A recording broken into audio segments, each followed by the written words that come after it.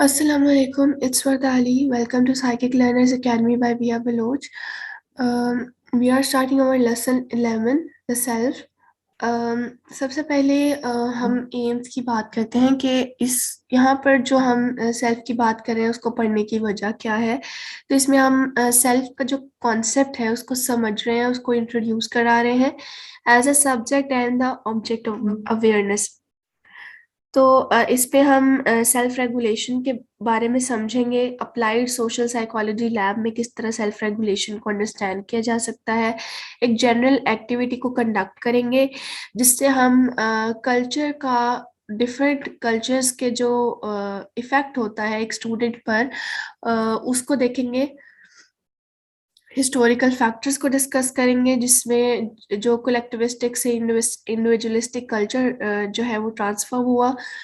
Self concept को समझेंगे, by culturist का जो सेल्फ कॉन्सेप्ट होता है, और सेल्फ को इवेल्युएट करेंगे यानी कि सेल्फ स्टीम समझेंगे अब। तो आगे हम बात करते हैं अप्लाइड सोशल साइकोलॉजी लैब की, the negatives of private self consciousness.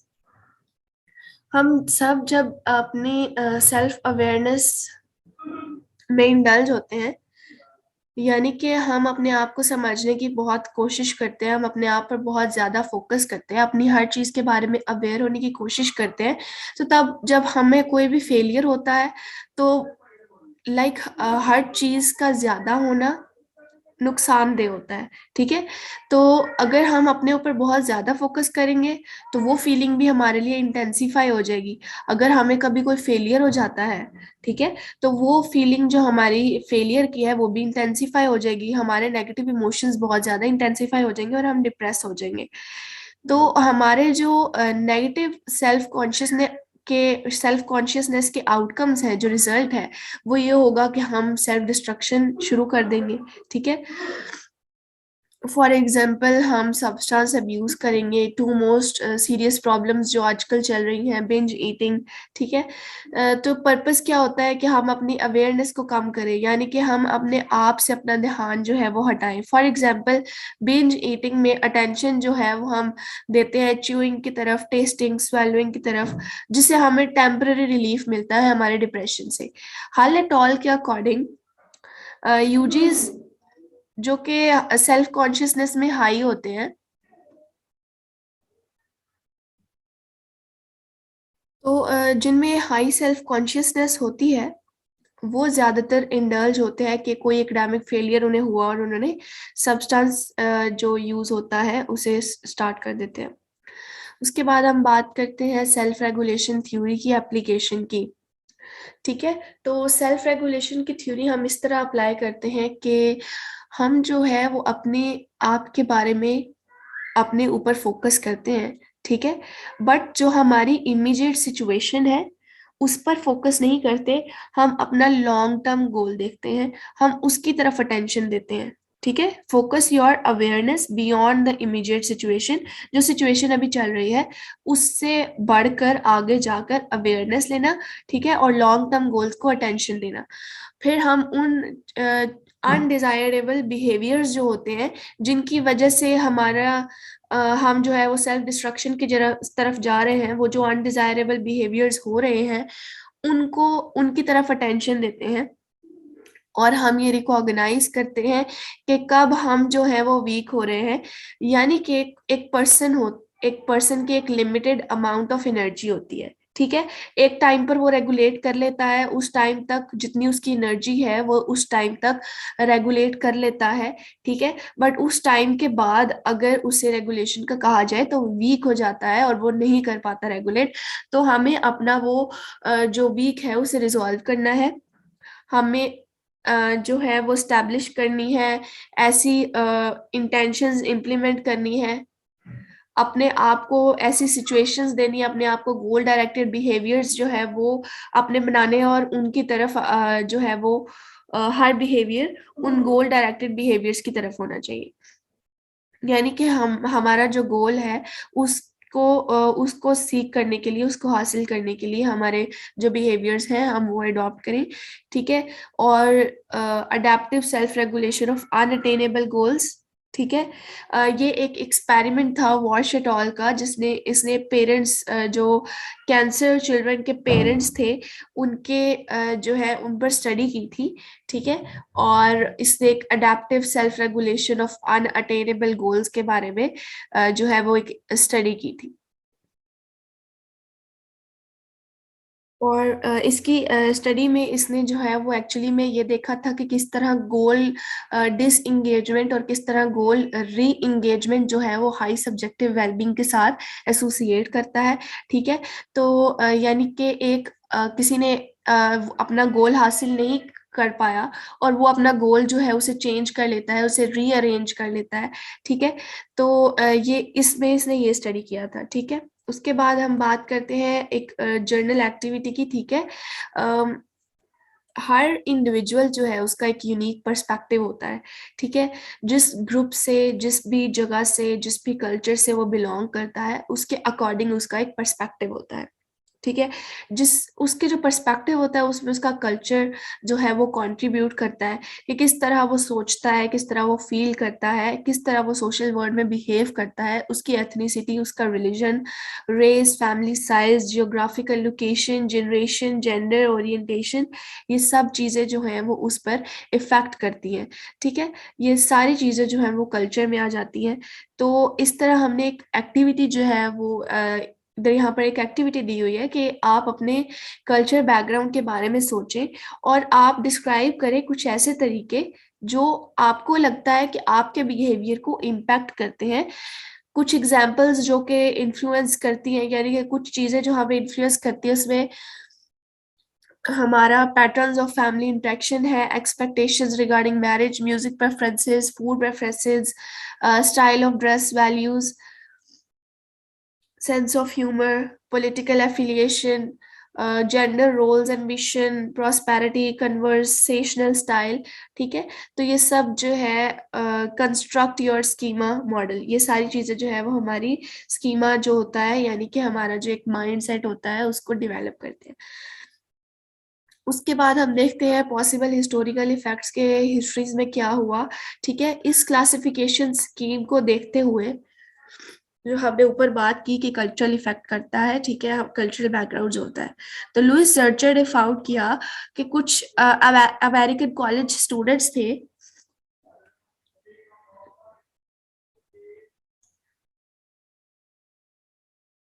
American college में स्टूडेंट्स थे 1950s और अर्ली 1960s में।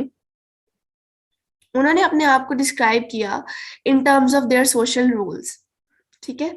और कॉलेज स्टूडेंट्स जो 1970s में थे उन्होंने अपने आप को अपने साइकोलॉजिकल एट्रीब्यूट्स के अकॉर्डिंग आइडेंटिफाई किया।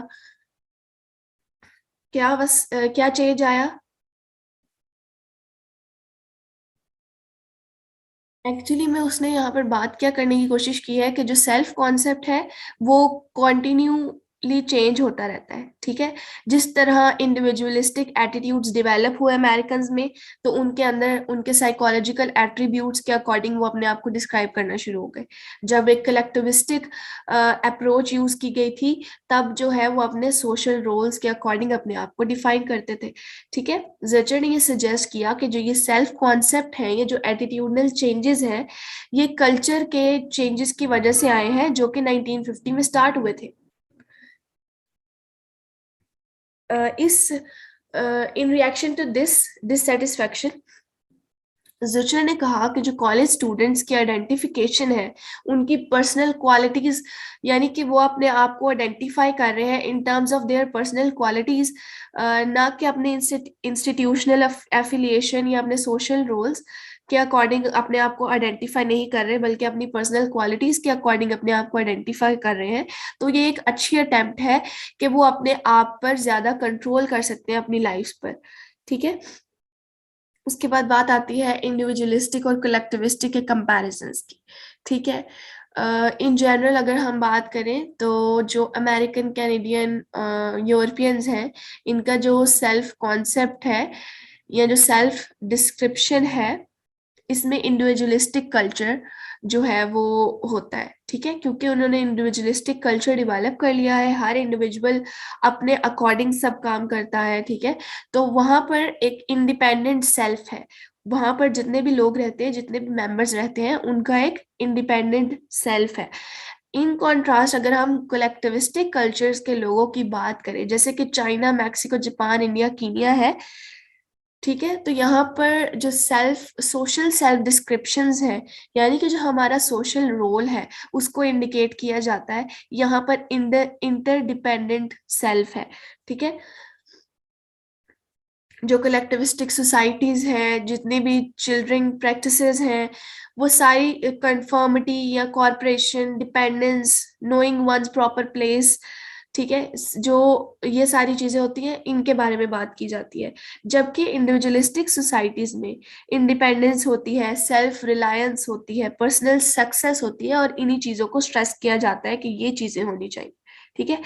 तो जो एक इम्पॉर्टेंट कंसिक्वेंस है इन डिफरिंग व्यूज का, एक इंडिविजुअलिस्टिक सोसाइटी के जो लोग होते हैं, वो बिलीव करते हैं अपनी यूनिकनेस में, अपनी डाइवर्सिटी में, ठीक है, और वो अपने आप को नर्चर करते हैं, और यही जो उनका यूनिकनेस और डाइवर्सिटी है, वो उनके एजुकेशनल सिस्टम में भी नजर आती है, और उनमें ये एक साइन ऑफ मेच्योरिटी भी है, ठीक है। ऑन द अदर हैंड, एक कलेक्टिविस्टिक सोसाइटी में जो यूनिकनेस है, जो इंडिविजुअल डिफरेंसेस हैं,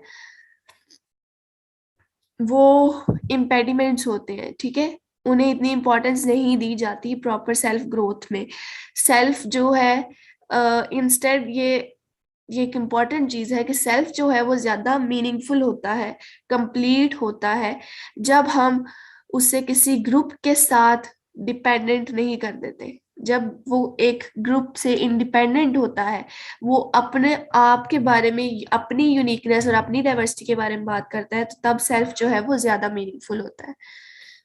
अब हम बात करते हैं बाई कल्चरलिस्ट की। ऑल्दो जो कल्चर्स हैं, जैसे एक जैसे इंडिविजुअलिज्म स्टार्ट हुआ या कलेक्टिविज्म स्टार्ट हुआ, तो हर चीज जो है वो डिफरेंट कल्चर्स में डिफरेंट है। कहीं पर इंडिविजुअलिस्टिक है तो कहीं पर कलेक्टिविस्टिक है। हम कोशिश करते हैं कि हम अपने अंदर जो हमारी साइमल्टेनियस एक्टिवेशन हो जाती है सोशल आइडेंटिटीज की, उनको सप्रेस करने की कोशिश करें, मगर ये सप्रेशन जो है वो हमेशा सक्सेसफुल नहीं होती।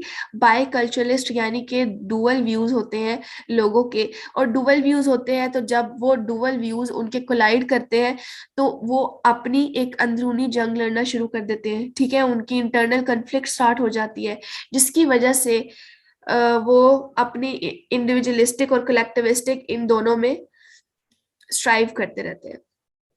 तो ये कन्फ्लिक्ट रिजॉल्व किस तरह हो सकता है, ठीक है। कुछ स्टडीज की गई जो Pueblo Navajo, Latino, Armenian, Armenian American, Indian American और एशियन अमेरिकन कैनेडियन चिल्ड्रंस और एडल्ट्स ने की। इनकी स्टडीज की बेस पर ये कहा गया कि ना तो हम ये कहते हैं कि कलेक्टिविस्टिक कल्चर को छोड़ देना चाहिए, जो आपका एंसेस्ट्रल कलेक्टिविस्टिक कल्चर है, ना तो आप उसे छोड़ दो, और ना ही आप अपना जो इंडिविजुअलिस्टिक डोमिनेंट कल्चर है उससे बिल्कुल हट कर बैठ जाओ, ठीक है। इंस्टेड सक्सेसफुल बाइकल्चरलिज्म ये है कि आप अपनी इंसेस्ट्रल वैल्यूज को भी प्रैक्टिस करो, और जो नई वैल्यूज आ रही हैं डोमिनेंट कल्चर से, उनको भी प्रैक्टिस करो, उनको भी लेकर चलो, ठीक है। अब हम सेल्फ को वैल्यूएट करने की बात करते हैं, तो इसमें न्यूमरस वैल्यूएशन ज्यादा आती हैं कि कोई अच्छा है, कोई बुरा है, तो कोई मीडियोकर है, ठीक है। ये एवेल्युएशन एस्पेक्ट जो है मी का, ये एक इसको हम सेल्फ इस्टीम का नाम देते हैं, ठीक है।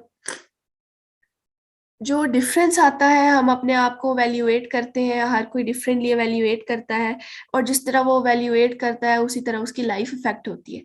तो जो इंडिविजुएट है वो लोग, यानी कि वो लोग जिनकी लो सेल्फ एस्टीम होती है, मोस्टली वो अनहैप्पी रहते हैं, पैसिमिस्टिक होते हैं, उनमें विलिंगनेस कम होती है रिस्क लेने की, उनके अंदर जो फाइनेंशियल प्रॉब्लम से ज्यादा और एकेडमिक प्रॉब्लम से जो है वो ज्यादा इनकाउंटर करते हैं, ठीक है। उनका सक्सेसफुल करियर नहीं होता, उनकी फिजिकल हेल्थ बुरी होती है एज कंपेयर टू वो लोग जिनकी हाई सेल्फ एस्टीम होती है। अब सेल्फ स्टीम डेवलप कैसे होती है, ठीक है, और इसकी स्टेबिलिटी क्या है, ठीक है।